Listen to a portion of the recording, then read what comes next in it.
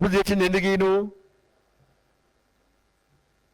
తిట్టడానికి పెట్టావా? బీజేపీ తిట్టడానికి పెట్టావా వాడు బహిరంగ సభ?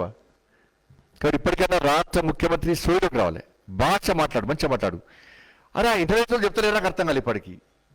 అరే భాష చూసి నన్ను 6 ముక్కలు నడుపుతాంటివి పడ్డా పార్టీని తిట్టబడుతుంది. ఒక దేశ ప్రధాని తరమేస్తానేమన్నాడు.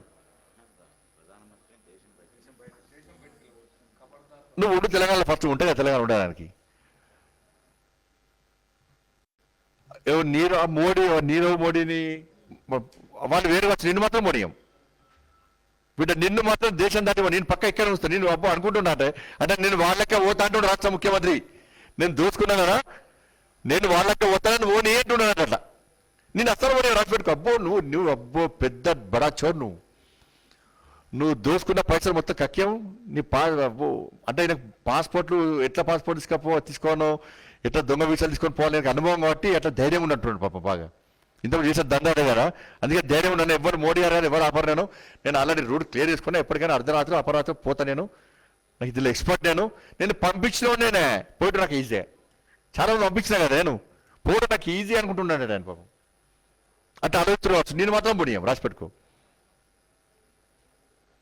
లేదు రిక్వెస్ట్ చేస్తున్నావచ్చు నన్ను కూడా పోనీ అని చెప్పి.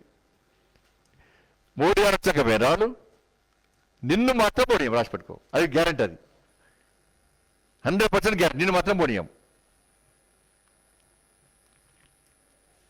ఎందుకు మోడీ గారి ఇక్కడ నుంచి కోవిడ్ వచ్చినప్పుడు కూడా ఆర్థిక వ్యవస్థ ఎలాంటి ఇబ్బంది కాకుండా దేశాన్ని కాపాడినందుక, లాక్డౌన్ విధించి దేశాన్ని కాపాడినందుక, లాక్డౌన్ సమయంలో కూడా కోవిడ్ సమయంలో కూడా దేశ ప్రజలను ఆదుకున్నందుక, ప్రపంచానికే వ్యాక్సిన్స్ ఫ్రీగా వ్యాక్సిన్ అందిస్తున్నందుక, ఒక శక్తివంతమైన భారతదేశ నిర్మాణం కోసం ప్రయత్నం చేసినందుక, ప్రపంచంలోనే ఉత్తమమైన వ్యక్తిగా ప్రధాని ఉన్నందుక, దేశం నుంచి పంపడానికి 370 ఆర్టికల్ రద్దు చేసినందుక, అయోధ్యలో రామమందిర నిర్మించినందుక, త్రిపుల్ తలాక్ రద్దు చేసినందుక, ఇచ్చిన హామీలు నెరవేరుస్తున్నందుక, అనేక సంక్షేమ పథకాలతో ఆత్మనిర్భర భారత్తో అనేక సంక్షేమ పథకాలను ప్రవేశపెడుతున్నందుక,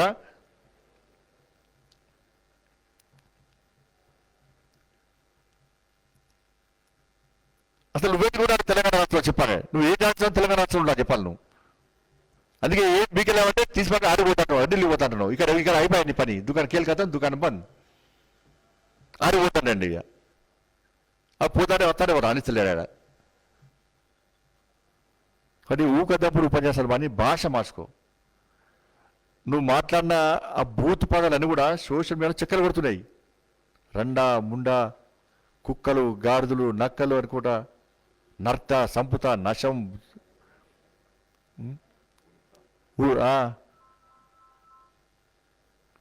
అదే తెలంగాణ భాష అంటే కాదు అది. మరి నువ్వు సపరేట్గా గురువు అని నేర్పి నీకు వేరే గురువులు నేర్పవచ్చు నీకు అన్న భాష. ఆ నేర్పే గురువు వరకు రావాలి. ఇప్పటికైనా రాష్ట్ర ముఖ్యమంత్రి నీ పద్ధతి మార్చుకో, నీ భాష మార్చుకో. ప్రజలు చీతువటం నీ భాష చూసి జ్ఞానం అందరూ కూడా వ్యతిరేకిస్తున్నారు. నీ పక్క తొట్టి గ్యాంగు చప్పలు కొడుతూ కావచ్చు, వాళ్ళు కూడా ఇంకా తిట్టుకుంటారు పోయి ఈ ముఖ్యమంత్రి భాష ఏంది అని చెప్పి. నీ మూడ చెప్పలేకపోతున్నారు అంతే. వాళ్ళు కూడా చెప్పే అవకాశం ఇస్తలేవో చెప్తలేరు. వాళ్ళు చెప్తే వాళ్ళు కూడా చెప్తారు నీ భాష గురించి. ముఖ్యమంత్రి స్థాయిలో ఉన్న వ్యక్తి భాష మాట్లాడే భాష ఇది కాదు.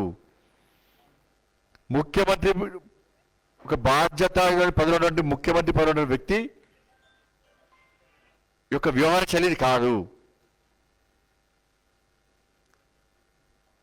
కానీ ఇప్పటికైనా రాష్ట్ర ముఖ్యమంత్రి సోయిలోకి వచ్చి మాట్లాడాలి. అందుకే తొందర వస్తే ప్రభుత్వం తొందర వస్తే ఇటువంటి వ్యక్తులకు అవకాశం ఉండదు, మాట్లాడే అవకాశం ఉండదు. ఇక నువ్వు వెంటనే మోడీ గారి మీద మాట్లాడిన విషయంలో కానీ, తెలంగాణ ప్రజలను మీద మాట్లాడే భాష కానీ, రాజ్యాంగానికి వ్యతిరేకంగా బాబాసాహెబ్ అంబేద్కర్ను కించపరిచే విధంగా రాజ్యాంగాన్ని తిరిగి రాస్తానటువంటి విషయంలో కానీ, 317 జీవో ద్వారా ఉద్యోగస్తులు ఉపాధ్యాయులను ఇబ్బంది పెట్టిన విషయంలో కానీ, దళిత బంధు పేరుతోని దళిత సమాజాన్ని ఇబ్బంది పెట్టిన విషయంలో కానీ, నోటిఫికేషన్ ఇస్తా చెప్పి ఇవ్వకుండా యువతను మోసం చేసిన విషయంలో కానీ అన్నింటిని గుర్తించు, గమనించు, గ్రహించు. నువ్వు వెంటనే క్షమాపణ చెప్పాల్సిందిగా భారతీయ జనతా పార్టీ డిమాండ్ చేస్తా ఉన్నది. అంటే ఇప్పుడు పోతాను ఇప్పుడు అప్పుడు పోయి పైసలు దాచిపెట్టుకుంటాడు కదా ఎవరు ఇన్న జైలు పోతాడు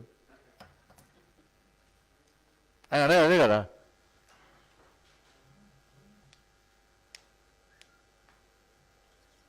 అంటే పోతారు మీకు ఫోన్ చేయాలి మీకే చెప్పాను కదా పోతాను ఇట్లా 20,000 ఉద్యోగాలు తీసేసిండు మూడు ఫస్ట్ దాని సమాధానం చెప్పని చెప్పారు 60,000 ఉద్యోగాలు 40,000 తీసుకొచ్చింది ఎవరు ఓపెన్ క్యాస్ట్ ఏం చేసిండు మరి అనుమతి వదిలి తీసుకున్నారు పోయి మొత్తం అయినాయి కదా సింగరేణి కార్మికులకు తెలుసు ఎవరేం చేస్తారు అనేది